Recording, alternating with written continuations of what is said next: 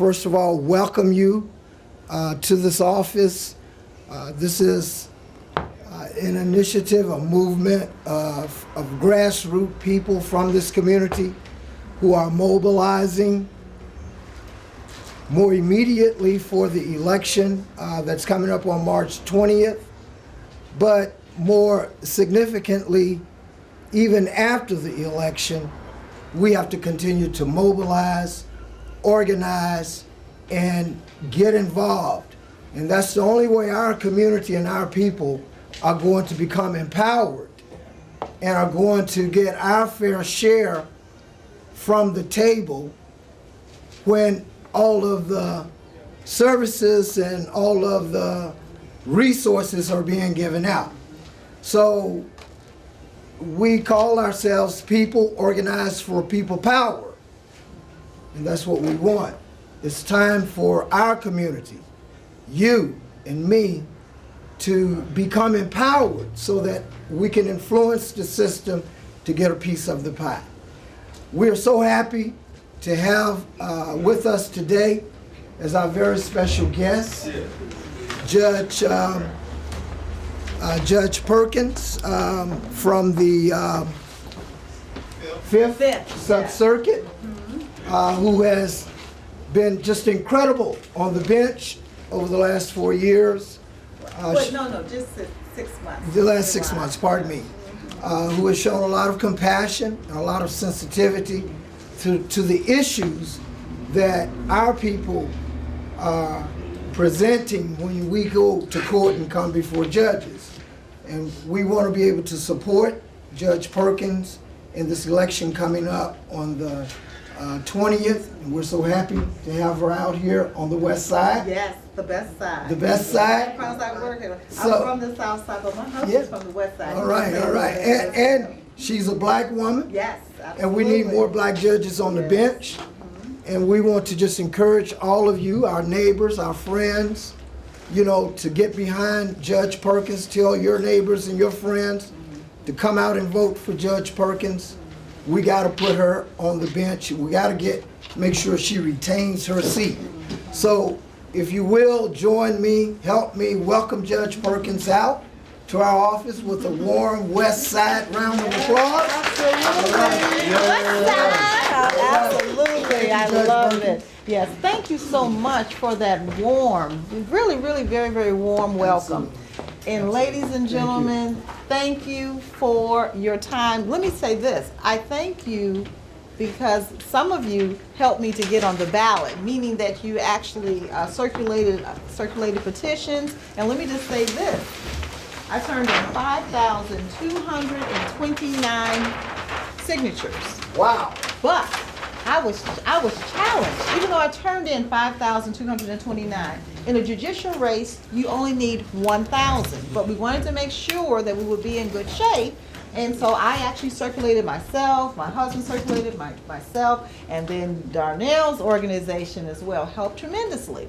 And then we get the notice in the mail. We're challenged, so we're just praying and holding off.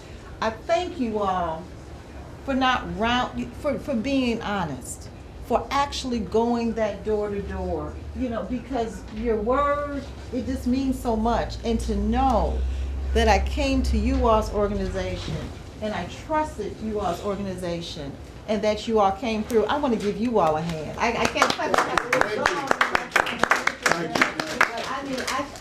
I cannot say enough. I thank you from the bottom of my heart. And that we know that at a time when we're looking at situations where people are not doing the right thing, when I come on the west side, we're still grieving the young man. He just had a knife in his hand. He had some problems. I mean, I think you and I would have been able to talk the young man down, and then the other young lady who lives on the west side, she's opening up the door. So I'm saying that it's real important for us to be principled and for us to do the right thing. It matters. People think, oh, it doesn't really make any difference. It made a difference in my life. So think, if you all had not been ethical, like it looks like this particular officer was not ethical, that lady is gone, that other young man is gone. So it really does matter. And I just can't emphasize that enough. Okay, now we're at the early voting is tomorrow. And elections many times now are won at early voting. So many people come out now, they want to kind of say, you know what, the election is March 20th. Not to say that they want to get it over with, they want to remind themselves to do it, but early voting is important. So for those of you who are working in the area where I'm a judge, I appreciate you. I'm running in the area from 26th Street to 75th Street, north-south, going east-west from Lakeshore Drive to Western. So that's the 3rd Ward, the 4th Ward, the 5th Ward, the 20th Ward, a little bit of the 15th, a little bit of the 16th, a little bit of the 17th, a little bit of the 11th Ward. Okay, I myself live in the 3rd Ward, okay, that's where I live. And so I've been supported by a lot of elected officials, community organizations, but most importantly, supported by the people. I have come to know Darnell, to meet Darnell and to work with Darnell is to love him, so I love all of you all. He runs a very, very efficient organization, and to have this meet and greet with the candidates so that you all can put a face with the person that you're working with, it means a lot. Sorry, I wanted to say that. Now, the last thing I want to say before I bring my husband is going to come up, and he's actually going to say a little prayer for us. Yes, he is. He's going to say a little prayer for us. That I'd like to say that I am a candidate who is passionate about criminal and juvenile justice reform. I am a candidate who has more than 25 years of professional experience. Okay, I think that's. I don't know if the tape is working. Okay. I am a former Cook County prosecutor. I prosecuted domestic violence cases, sexual assault cases. I'm a former criminal defense attorney. The last case, before I went on the bench, I represented a young man who is facing 10 years in prison because of the way the laws are written. Unfortunately, when you pick up your 3rd felony, when you have 2 previous felony convictions, that 3rd felony that you pick up, the person is looking at between 6 to 30 years. So this meant the world to this young man. Okay, meant the world. So anyway, to make a long story short, state said we'll offer 10 years in prison for the young man. We did a 402 conference, which is a conference the case with the judge. Judge says I'll offer 8 years. Marion, the judge knew me because I was a former state's attorney. Judge says, what are you going to do? I said, well, Judge, respectfully, we're going to take it to trial. The judge says, oh, do you want me to hear it? I said, respectfully, Judge, we're going to take it to a jury trial. And actually picked 12 people of all different races. African Americans were on the jury, Caucasians were on the jury. An Asian was, I mean, it was a true diversity. It was outstanding. After I was able to convince the jury what happened in this particular case, I don't want you to reveal too much, that the jury came back not guilty. And that young man, yeah, let's give it a hand. I mean, not for me, but just that young man is at home, he's with his father, and I'll tell you this, you know, when you're an attorney, sometimes you have to do other things, because when you are in Cook County Jail, he was on bond so he was in custody before we could go to trial, and he was eligible for benefits. So I told the father, well, don't tell the people why he can't come for the interview, but just tell him that we'll be there soon.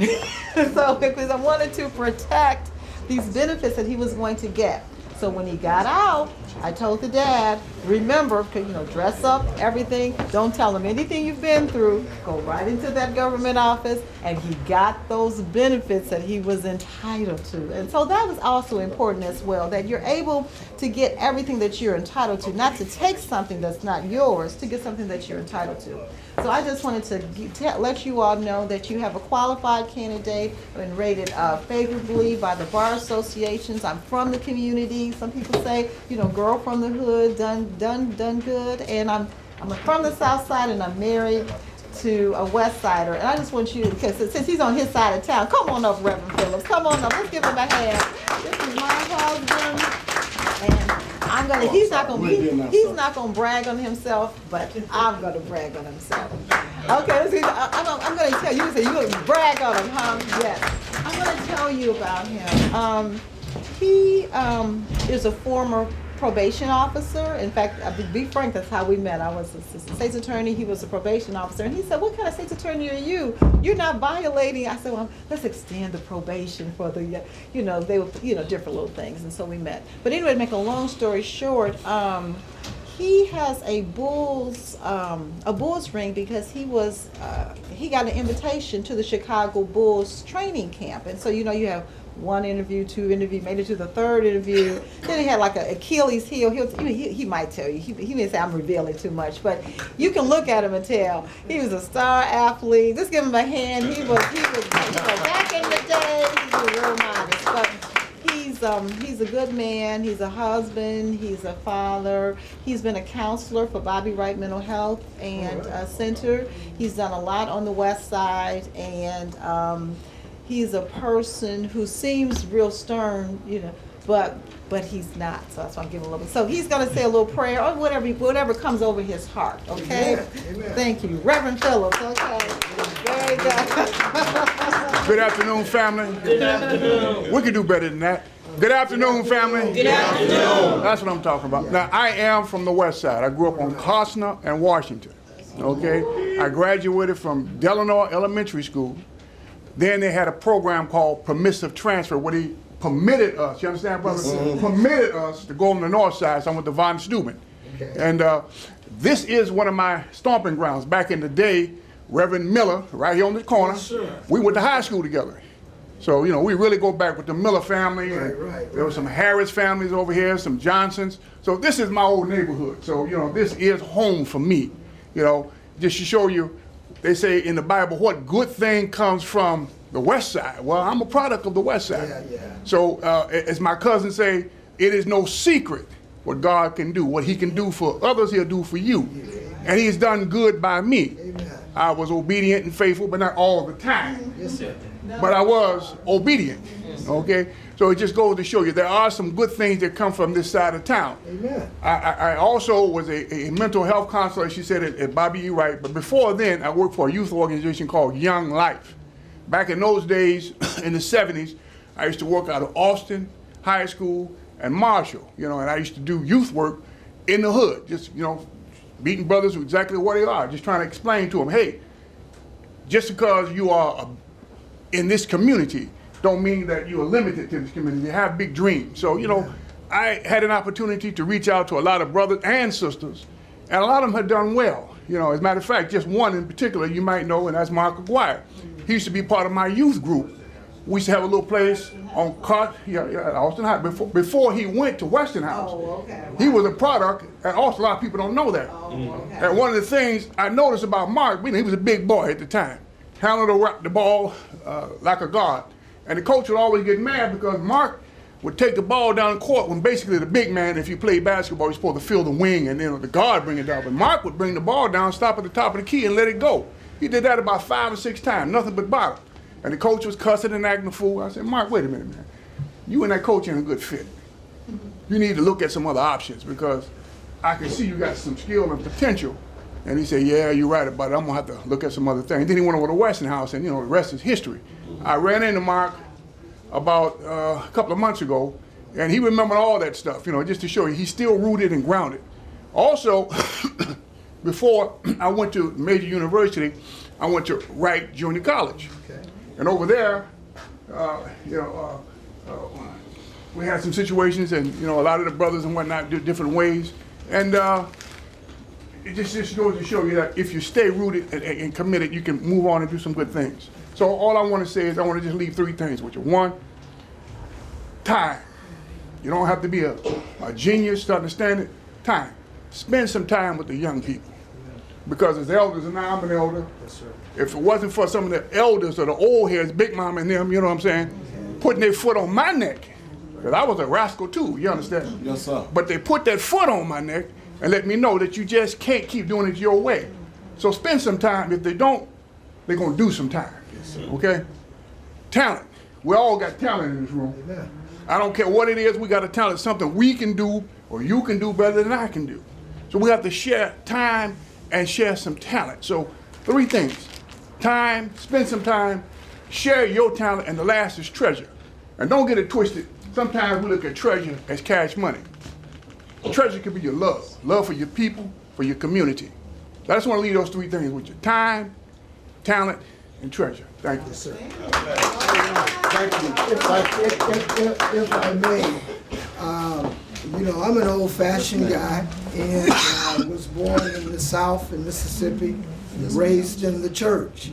And I just, in my heart, believe that we would just be remiss if we did not, on our agenda, the first item is prayer, as you can see.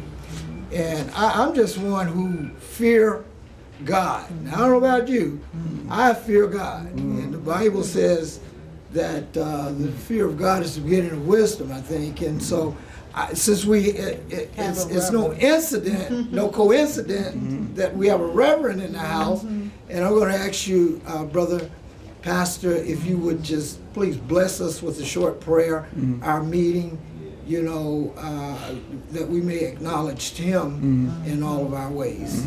All right. If you will. Thank you. Hold your neighbor's hand. Amen. we can all use some prayer. Amen. Father God, we come at this time asking you to bless the entire body of people in here. Bless the west side from every corner, every hamlet, every mole hole, every high hill, Lord. We just say thank you. Thank you. Lord, we know that there's some tough times, and it is said that we don't know what tomorrow will bring, but we just understand that there's going to be some challenges. Because without some challenges, there can be no growth.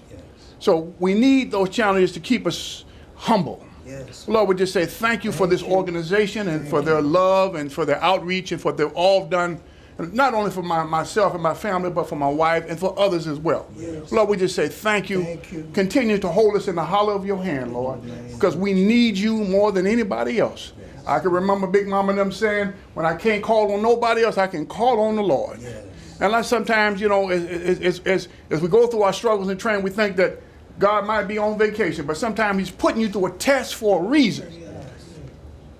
We just say thank you for it, for the test. We ask these things in the name of Jesus. Amen. Amen. Now do me a favor before we do that. Grab somebody's hand. Look him in the eye. Look him in the eye. And say, I thank God. I thank God. Always. Every time. That I look better than you. Look better than you. Amen.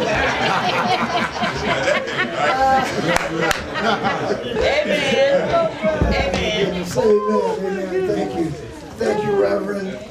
Thank you, Honorable Judge Perkins, and thank all of you for you know, your attention and your participation, and you're just being here today once again. We're just so thankful and so blessed that, you know, we could have an outpouring and showing of support from this community for those who are running for such important offices in our community. People who you, your family members, on any given day may have to come before them, and they will be in a seat to decide, you know, the fate of their life. So it's important that we hear from candidates who are running for judge, especially for our community, because we're so filled up in the courtrooms, and it's time that we take a stronger note of who we're putting on the bench in these sub-circuit judicial positions, as well as the circuit court judicial positions. So thank you, you know, thank you again. All right? Amen. Anything else? No,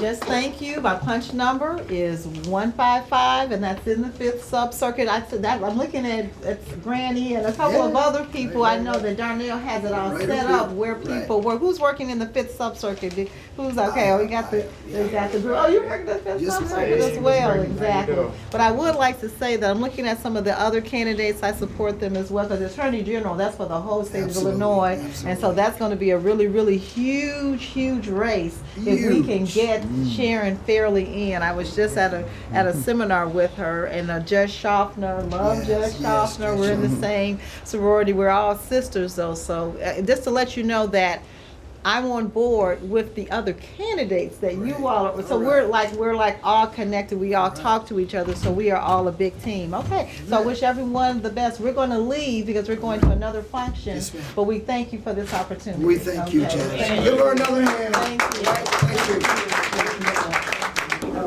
Can I get 2,000? Thank you so much. Ma'am? I say the toothpicks keep sticking me.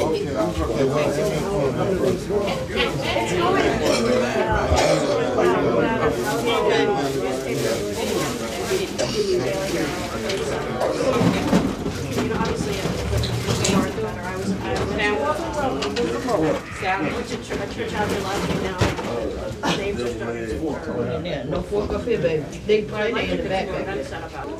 Once again, you know, a woman who has proven herself to be an advocate of the people. She comes to this arena with an enormous amount of experience in law and activism. She's just been all around, and I don't think that any of the other candidates can match her talent, her experience, her tenacity, and her passion for this office. We're just so fortunate to have her stop in and speak to us and meet us. Help me once again to welcome our next Attorney General, Ms. Sharon Fairley. All right, let's give her a hand. All right. Thank you so much, ladies and gentlemen. I'm so grateful. I'm so grateful for you to be here, to be with you, to be sharing food with you, to have a moment to talk to you guys. It's, you know, being on the campaign trail has been hard. It's a rough road at times, but these are the times that really make it worthwhile, because this is why I'm doing this, is to try to be a part of the community and help our community make change. I entered this race because I believe that, you know, the political leaders that are in charge right now are not doing right by us. That's right. And I believe that we need a new kind of leadership, and we need change. And the pressing problems that are affecting our community are not being addressed.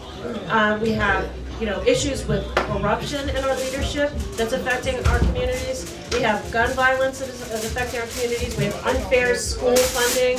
I could go on and list these serious challenges that we face, and we need an Attorney General who is going to have the experience and then also the courage and tenacity to stand up to the political leaders that are so ever more entrenched and are not doing right by us. So there are many faces here that you probably don't know me very well. I want to tell you a little bit about myself. I was born in Washington, D.C. in the 60s and raised there. Sure. It's not working.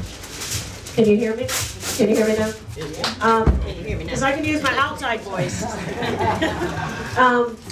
So I was raised by two dedicated public servants, both in education. My mom was a first grade teacher, and then she was an elementary principal. And she loved her job so much she didn't retire till she was 78. Oh, wow. Yeah. And my dad, he worked in education, but for the federal government. So he was part of the teams that would go into the South to desegregate schools in the 60s. And he helped start up Head Start for the Department of Education. First generation Head Start. That's right, that's right. And so I come from this background where I was told that it was my job as their child to go out and get an education and then use that education to make the world a better place. So I have an undergraduate degree in engineering, I have an MBA degree, and I have a law degree from the University of Chicago. And since I became a lawyer, I've only served the citizens of Illinois. Unlike other people in this race, I'm not a I don't work for a big-time law firm. You know, I don't work for a big corporation. It's because I love being a lawyer. I love being a lawyer and helping people by using the law. And so that's why I want to be your next Attorney General. There's so many issues that we face, that we have these tough, complicated legal problems, and we have this entrenched political leader that are not doing anything to help our community. And that's why I'm here. I'm standing before you. I'm humbled to be here. And I can't tell you how grateful I am for the help that you're giving my campaign. It means so much to me to have your support. And I promise I will make it worthy.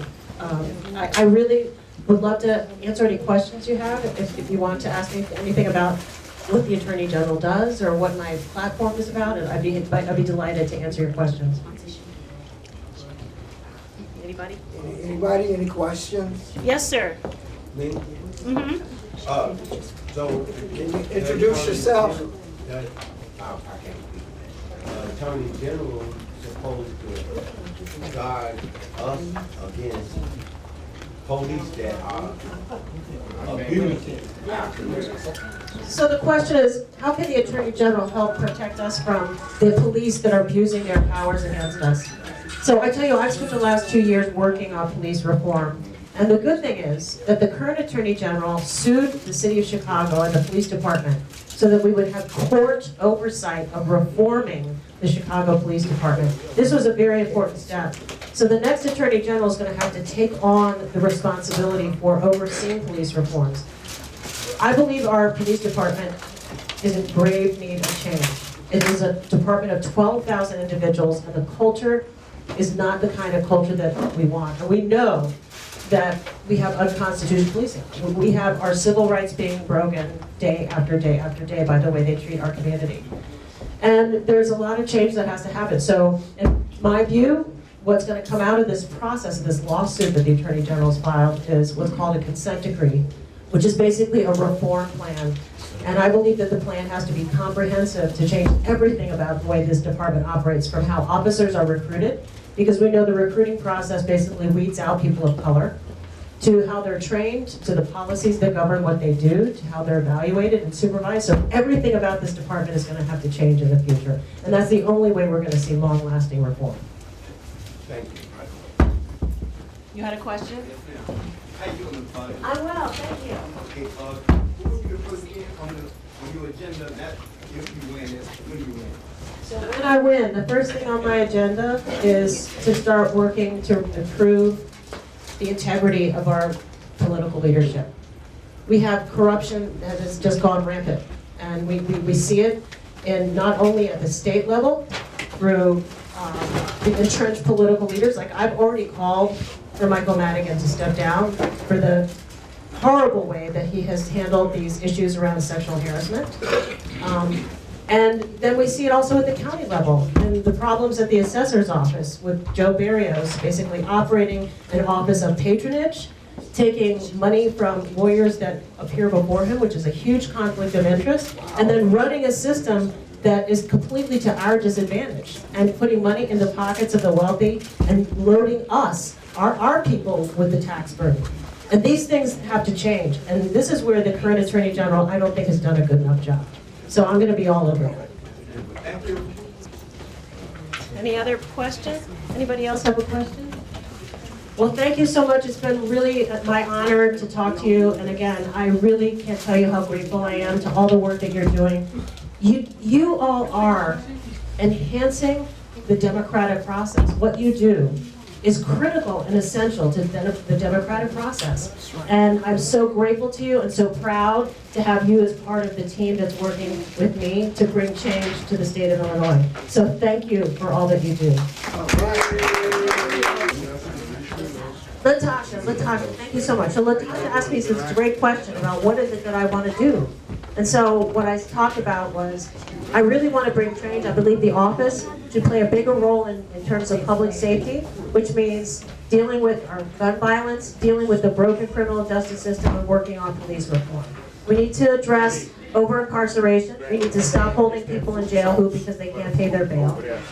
We need to fix the systemic injustice in our criminal justice system because it always affects people of color more than anybody else.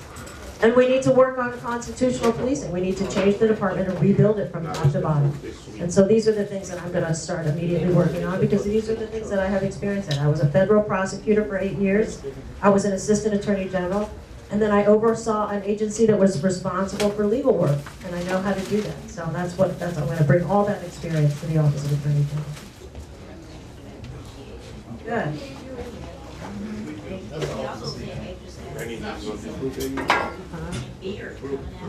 Right. We need to be able to walk the streets of we need to be able to sit on our front porch and feel safe. We need to be able to walk the streets of our community and feel safe. And we don't have that right now. And it's because the political leadership in the state of Illinois is doing things that's all based on rhetoric, not based on what actually works. We have all this legislation coming out and it doesn't have any effect because they're just putting the ball down the road and not trying to actually solve the problems that we have.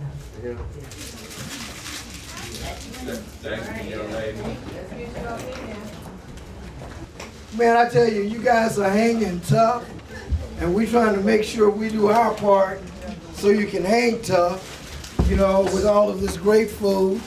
And we're so honored to have special guests continue to come in and, you know, be in our midst. And we just are so happy to have not only the next Attorney General of the great state of Illinois with us, we're also happy to have our friend, our judge, and not just any judge, but a judge that has brought a lot of compassion and sensitivity to the bench in the 8th Judicial Sub-Circuit. We want to make sure she retains that seat to continue to do the great job that she's been doing. Right. Judge Shoffner. That's right. Help me welcome Judge Shoffner.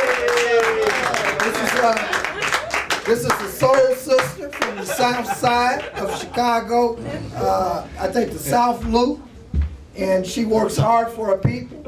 She works hard to make sure justice is delivered on the bench, and that's all we ask for from the law, right? Right. Just be just. Not just for them, for us too. You see? And she makes sure that we get justice. And we want to make sure she go back and retain that seat. And to do that, she's going to need our help.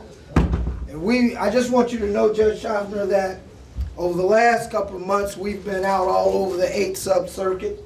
I guess we have... It's actually been since last summer, because you guys did my petition. Absolutely, absolutely. We got the petition. But here recently, most recently with the visibility campaign in the field, we have increased your visibility from the north side, I think up around Lawrence, Devon, all the way down to the south side on 26th Street to make sure people know that this powerful black woman is in this race and in this race to win. And we are behind her. We're going to make sure she wins. We must have put out maybe close to 5,000 or more pieces of literature to make sure people know who she is. And I'm just so happy she's here. And I want you all to help welcome her to our home, the home of people organized for people power. That's who we are. People organized for people power. POP. And we're going to ask Judge Shoffner if she would come up and just, you know, meet the people. Judge Shoffner, make yourself at home. Thank you. Any remarks you want to make? The floor is yours. Welcome her again.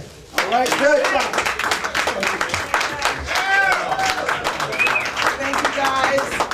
I'm really looking forward to working with you and wrapping this journey up. It's been wonderful. I started working with Darnell and all you guys back in the summer. Thanks to you, I was able to get my name on the ballot with over 5,000 signatures, which was remarkable. And since then, we've started a strong ground campaign so that I can become the first African-American elected judge in the 8th Judicial And you know, it helps to have endorsements. I've been endorsed by the Democratic Party, by the labor organization, Chicago Federation of Labor, National Organization for Women, the National Organization for Women. But let me tell you something, endorsements are not votes. That's right. You can get all the endorsements in the world, but you got to get people to come out to vote for you, and they need to know who you are. And you guys, through your help, people now know who I am, and we just need to make sure they punch 154. Who could ask for more? Thank you. I love you guys. And the guys who will be working in my sub-circuit, I got your hats. Darnell said you guys were going to be wearing shoffner for judge hats. So we're happy, and I'm really delighted to be running a campaign and with this wonderful lady, Sharon Fairley. Phenomenal individual. That's right. And you're going to show her the love that you've shown me, okay? Yeah. All right, thank you.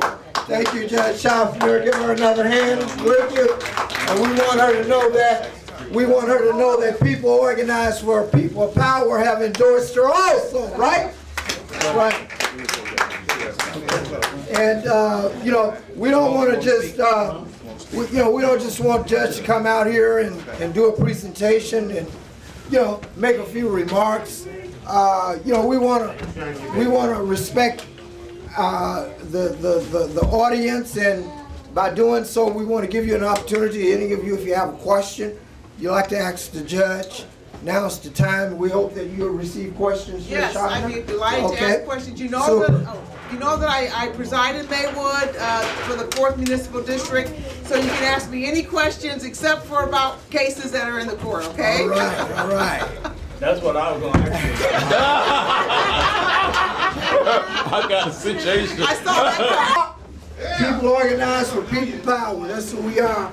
And we're so fortunate to have in our midst Judge Laws, who is seeking to be retained in the second sub-circuit, which entails primarily most of the south side, south suburbs.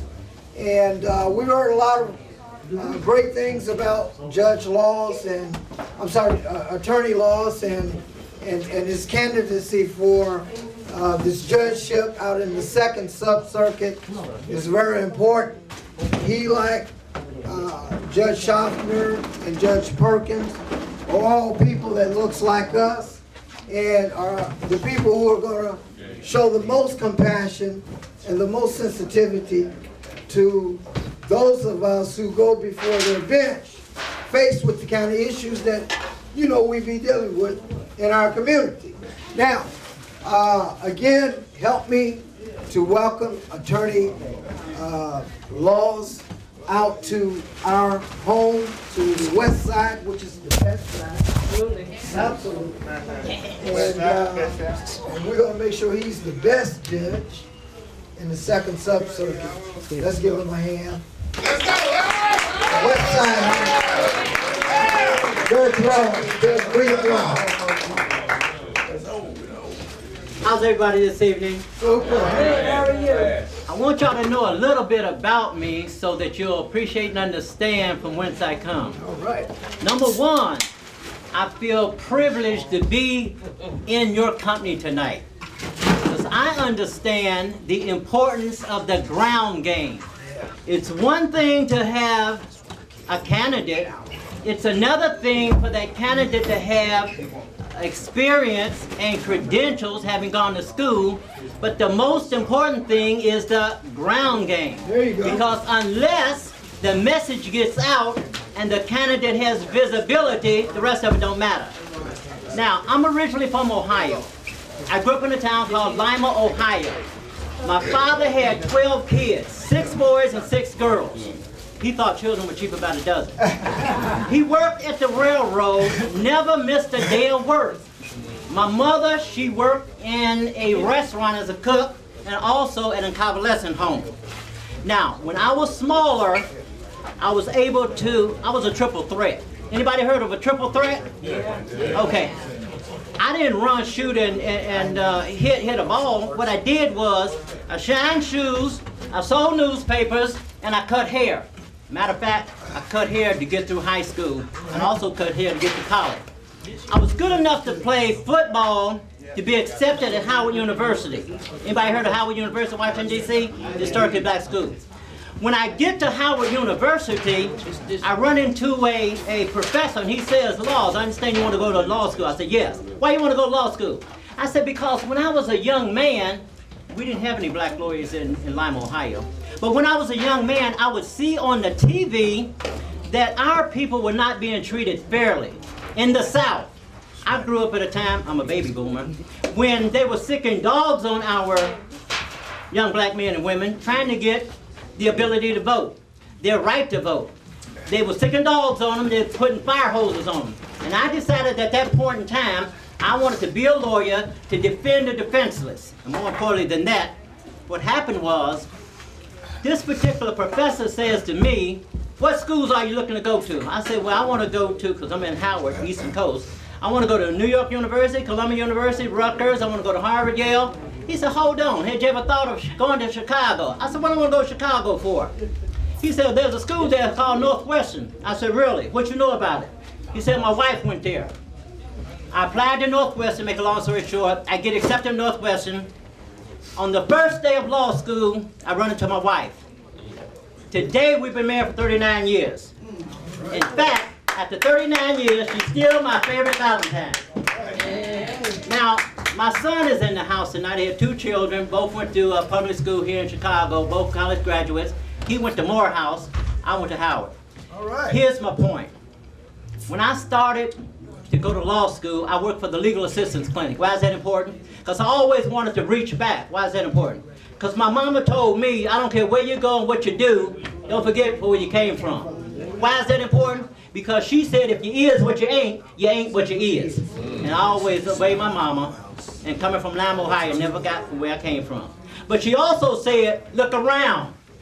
Well, mama, you told me to look back first, yeah, then you gotta look around. She told me to look around because there are people less fortunate than yourself, and to the extent you can help somebody, make sure you reach back and try to help somebody. I said, okay, mama, is there anything else you need me to know? She said, yeah. I said, what's that? She said, look up. She said, because you can't get through this world by yourself. You're gonna need spiritual guidance and direction. Ask the Lord for help. All right. I come out of Northwestern Law School. I go to work for James Montgomery, first black corporation counsel in the mayor, Harold Washington. Who ever heard of Harold Washington?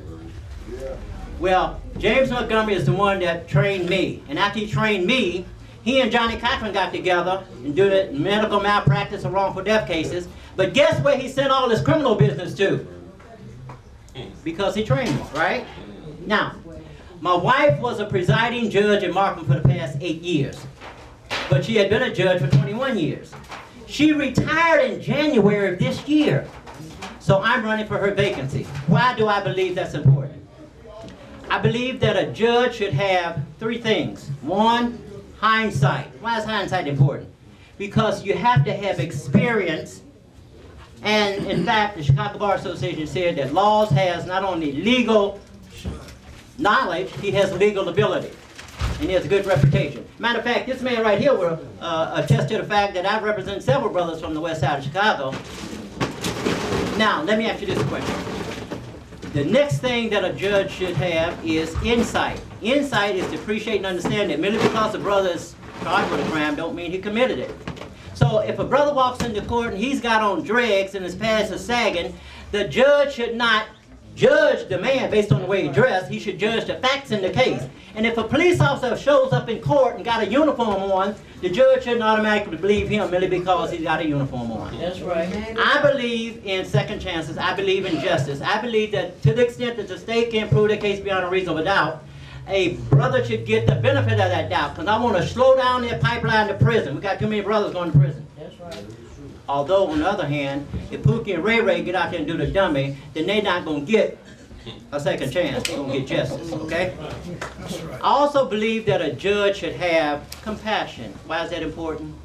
Because everybody who might make a mistake along the way does not need to have a record. Because if you get a criminal conviction, you're going to be prevented from getting a suitable job in order to take care of your family. You're going to be prevented from having the possibility to, since you want to go to college, of getting federal funds, and you're going to be deprived of an opportunity to get subsidized housing to the extent you're eligible for it.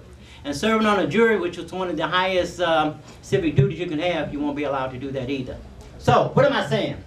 I'm saying that a judge should also have foresight. Foresight to appreciate and understand that merely because you have the power to find someone guilty does not mean you should exercise that power in every instance.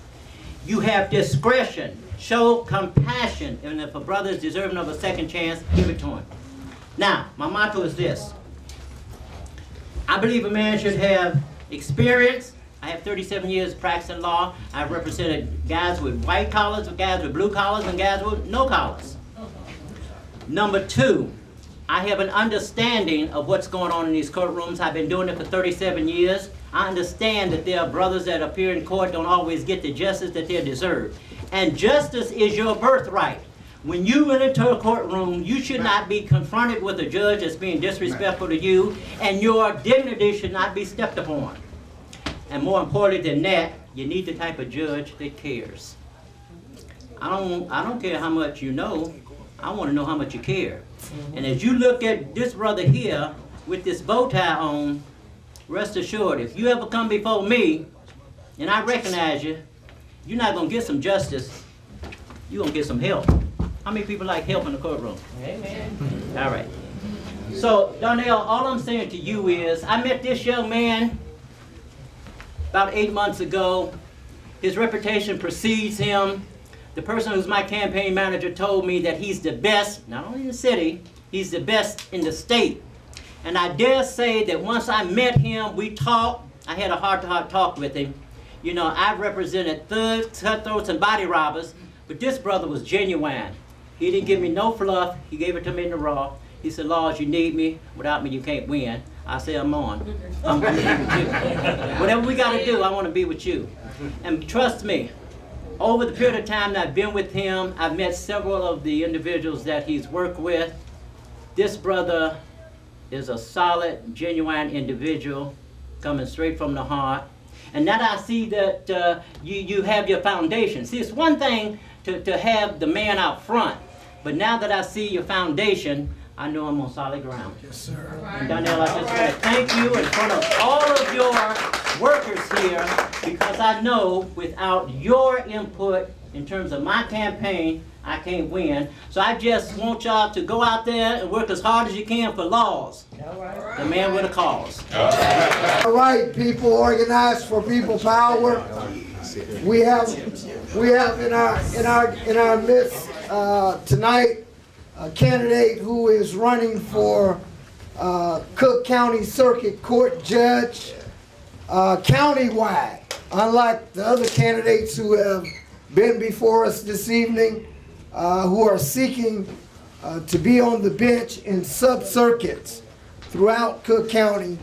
Mr. Sam Sianis is running countywide. Tom is running countywide for Cook County Circuit Judge as a Democrat. Right. And we want to make sure Democrats get elected. So as people organized for people power, we thank you for coming out. Thank you for having me. Thank you, and we welcome you, and we like to give you an opportunity to make some remarks, tell the people I appreciate it. who you are and whatever else. All right? Thank you, sir. Yes, sir. Thank you, everybody. I apologize for being late. It's county-wide, so I just want to give you a brief idea of where I was at today.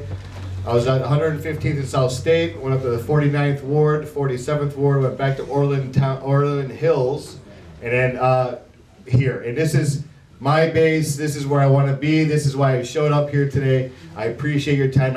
I'm glad you guys hung out to talk for me to speak to you. A little about my background. I'm a former State Attorney's Office, worked in child support enforcement, domestic violence, criminal sexual assault cases. But most importantly, it's important for people to look at the judges, right? I'm a judge who's willing to listen, who's not judgmental. My family owns a few restaurants in the city called the Billy Goat Taverns. Ever go to the Billy Goat? Yeah. So we work with people from all across Cook County. We have customers coming in. We work with people, and we hire a lot of kids for the festivals. And a lot of kids from the 27th Ward in the west side of Chicago that we hire every year to Chicago Blues Fest and different other events. And what we look for is you look at their records, right? And as a prosecutor, when I was a state attorney's office, I was big on deferred prosecution, meaning the kid makes a mistake, kick the case out 6 months, a year, talk to the victim, whatever, and then do some community service, and then there's nothing on their criminal record. And that's important for people to get jobs. I'm a judge. I want to be a judge who's up there, who has compassion, who understands the law, and has the other side of the argument where you work with people and you understand there's more than just the law. You have to come in and understand there's different types of situations. People need jobs, people need education, and that's what, not only for the governor's race, but the judicial ballot as well. Look at the judges. We're all endorsed candidates by the Cook County Democratic Party. We have all been qualified and recommended. And I'll be up there, and I promise you, when I'm up there, I'm gonna listen and not be judgmental and understand that there's two sides of every argument. I want to make sure people understand, and when they come in front of me, that they know that they have someone who's compassionate, who's fair, and understands that people need work and people need jobs, and there's other things that people look for other than incarceration, right? There's mental health court, there's drug court, there's different types of things that people don't understand. People need to know that the judiciary is not there to put people away, right? So there's restorative justice, there's bond court reform, there's different things that judges up there and are working with the Providence State Attorney's Office, and Kim Fox is doing a great job doing that. And I just want to thank you again for being here. Again, my name is Tom Sianis. Please vote early. Punch 1:30. There's a couple of churches this morning, and I said, to God be the glory. Punch 1:30. Right? So I appreciate your time. If anybody has any questions, I'll be up here for a few minutes and let me know.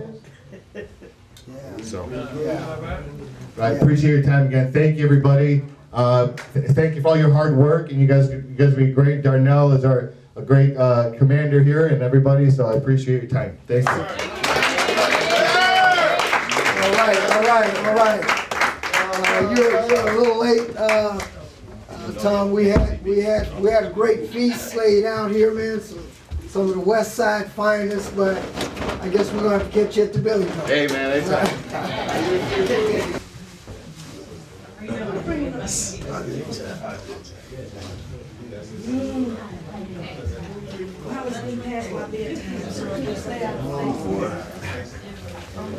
All right.